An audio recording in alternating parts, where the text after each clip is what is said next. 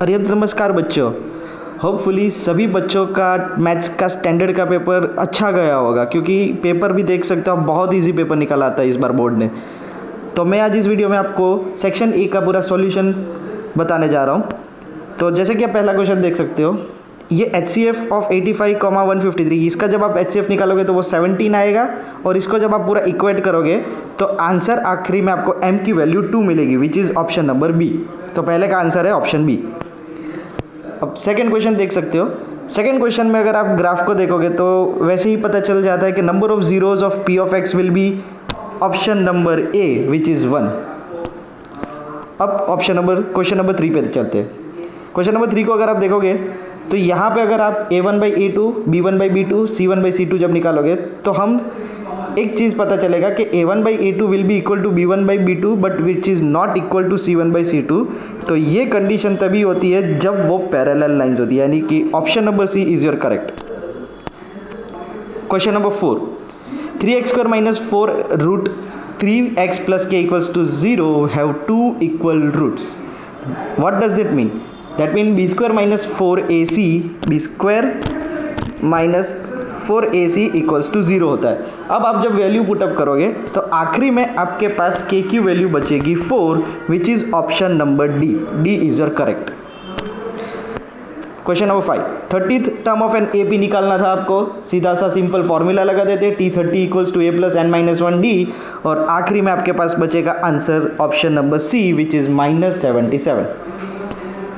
Question number 6, अगर आप ये इसको डायग्राम बनाओगे, यानी इसका जब आप फिगर बनाओगे तो ये कुछ इस तरीके से बनेगा, PQR, और ये यहाँ पे EF, और यहाँ पे 4, यहाँ पे X ले लेते हैं, यहाँ पे 8 ले लेते हैं, यहाँ पे 9 ले लेते हैं।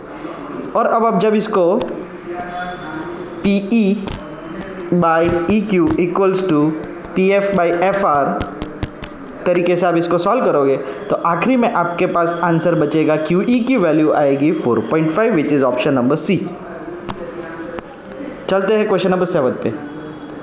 डिस्टेंस बिटवीन द पॉइंट्स, यानी डिस्टेंस फार्मूला लगाना था। डिस्टेंस फार्मूला लगा के, जैसे कि पता ही आप लोगों को, under root of x2 minus x1 का whole square plus y2 minus y1 का होल स्क्वायर, अगर ये फार्मूला इक्वल टू 4√2 जो दिया हुआ था आपको, और उसको जब आप इक्वेट करोगे, यानी इसको इक्वेशन को सॉल्व करोगे तो आखिरी में आपके पास a की वैल्यू बचेगी -9, a की वैल्यू बचेगी -9, या तो a की वैल्यू बचेगी -1, और उसमें से a की value -1 is your correct option. यहाँ पे दिख रहा होगा -1। तो 8th वाला देख लेते हैं। अगर आप इसको सॉल्व करोगे, sec स्क्वायर थीटा को अगर आप 1/cos square minus tan square को sin square upon cos square, और इसको जब आप सॉल्व करके रखोगे तो पता चलेगा आखिरी में आपके पास आंसर बचेगा 0। तो ये 0 आपका आंसर रहेगा। 9th वाला, a line intersecting a circle in 2 point is called a secant, SECANT, यानी option A. The minute hand of a clock swap this much angle in 5 minutes. Okay, तो 60 मिनट्स में 360 होता है, उस हिसाब से 1 मिनट का 6 डिग्री, तो 5 मिनट का 30 डिग्री, तो 30 degree is your correct answer. 11th, TSA of a cone, very easy, pi r into r plus l. अगर आप इसको स्प्लिट करोगे तो pi r square plus pi r l, ये वाला आंसर आपका रहेगा। 12th, z equals to 3m minus 2x bar, और जब आप इसके अंदर z की वैल्यू पुटअप करोगे यहाँ से तो आपके पास आखिरी में बचेगा m minus x bar upon 2 into m minus x bar, और m minus x bar cut हो जाएगा, आपके पास आखिरी में बचेगा 1/2। तो 1/2 इज योर करेक्ट आंसर।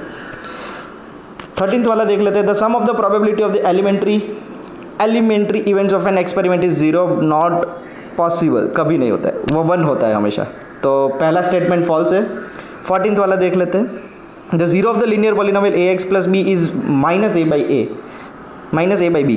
तो अगर आप इसको इक्वेटेड टू 0 करोगे तो आपके पास आखिरी में बचेगा -b/a, तो ये स्टेटमेंट फॉल्स है आपका 14th वाला। 15th वाला देख लेते हैं। 100x² minus 20x plus 1 equals to 0, which has 2 equal roots. तो अगर 2 इक्वल रूट्स अगर आप देखोगे, यानी कि b² माइनस 4ac लगाओगे, इसमें जब वैल्यू पुटअप करोगे आखिरी में आपके पास 0 बचेगा, यानी ये इक्वल रूट्स है। दैट मीन्स 15th का आंसर है आपका ट्रू। 16th, डिस्टेंस फार्मूला लगाएंगे। डिस्टेंस फार्मूला लगाने से आपके पास आखिरी में आंसर बचेगा 10, बट इनका आंसर है -10, which is a false statement. So 16th is false statement. 17 में देखोगे, अगर 10% में इंक्रीज करूंगा तो ओल्ड का 100, न्यू का 110, और इस हिसाब से अगर आप सॉल्व करोगे तो आखिरी में आपके पास बचेगा 21% इंक्रीज्ड। ठीक है, जिसने भी 21 लिखा होगा 21%, ये करेक्ट आंसर है। 18 mean equals to sum of first 10 natural numbers. अगर आप निकालोगे एस 10/10 और वैल्यू जब पुटअप करोगे तो आखिरी में आपके पास मीन की वैल्यू बचेगी 5.5। क्वेश्चन नंबर 18 वाला आंसर 5.5, मीन इक्वल्स टू 5.5। अब चलते हैं 19th क्वेश्चन। HCF निकालना तो वेरी इजी है, अगर दोनों का आप HCF निकालोगे तो आखिरी में बचेगा आपके पास आंसर HCF इक्वल्स टू 9। चलो 20th क्वेश्चन। 20th क्वेश्चन में ऑपोजिट रूट है, इसका मतलब alpha equals to minus beta, alpha plus beta equals to 0 हो जाएगा और आखिरी में आपके पास आंसर बचेगा m इक्वल्स टू 0।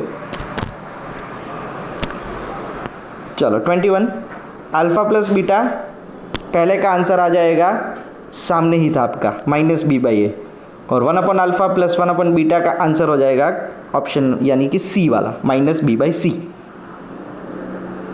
चलो next 23 sin 30, very very easy. अगर आप देख सकते थे कि 1/4 का पूरा रूट निकालना था यानी 1/2, तो actually sin 30 is 1/2 which is ये वाला। 1045 वेरी इजी 1। ठीक है, तो ये पूरे सेक्शन ए का अगर आपको सॉल्यूशन चाहिए तो मैं ये डिस्क्रिप्शन बॉक्स में पीडीएफ की लिंक मैंने वहाँ पे रखी हुई है, आप वहाँ पे जाके आप डाउनलोड कर सकते हो पीडीएफ और आप आपका पूरा सॉल्यूशन आप सेक्शन ए का देख सकते हो वहाँ से। ठीक है, तब तक के लिए चैनल को सब्सक्राइब कर दीजिए, लाइक कर दीजिए ये वीडियो को, और जितना हो सके उतने दोस्तों को, फ्रेंड्स को, सभी को शेयर कर दीजिए। Bye bye.